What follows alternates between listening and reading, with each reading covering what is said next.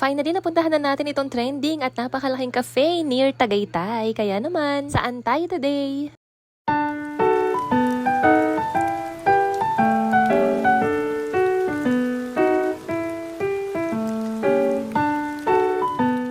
Hey Wanderers! For today's video ay nandito nga tayo sa Cafe Ru Taal, located sa Tagaytay, Cebu Highway, Laurel, Batangas. Ito na nga ang pinakamalaking cafe na na-visit ko malapit sa Tagaytay. At grabe Wanderers, legit na mala-Korean coffee shop vibes with a twist. May trending pa raindrops effect pa na super relaxing. So tara, explore pa natin yung place. Sobrang unique ng concept dito kasi bawat floor may iba't ibang atake. Parang kada akyat, iba't ibang kwento ang vibe. Pwede nga dito indoor and alfresco dining plus aesthetic lahat ng corners kaya perfect for your IG feed. Very spacious, maraming cozy spots para sa solo or group hangouts, self-service yung style with band and chill nights at syempre may free wifi for study or group. At yung parking space nila is sa harap at sa side ng cafe. Ang price range nila is nasa 260 pesos to 1,320 pesos. Good for solo coffee dates hanggang barkada or family food trips. First time ko nga matry itong shrimp burger nila. Juicy, fresh at may tamang kick ng flavor. May kasama na rin itong fries kaya busog ka dito besh. Cheesy, crunchy at perfect for sharing with friends nung kanilang mojos con nachos. Ang ganda nga ng kulay nitong kanilang Sakura Matcha Latte. Pero wait till you taste it. Creamy with a floral twist. Parang Japan in a cup. Wow! With cutie heart marshmallow pa on top. Reach natin, super comforting naman itong kanilang peanut butter mocha latte. Kaya kung ang hanap nyo nga ay cafe to relax, this is it. Cafe Ru Taal, open daily from 9 a.m. till 2 a.m.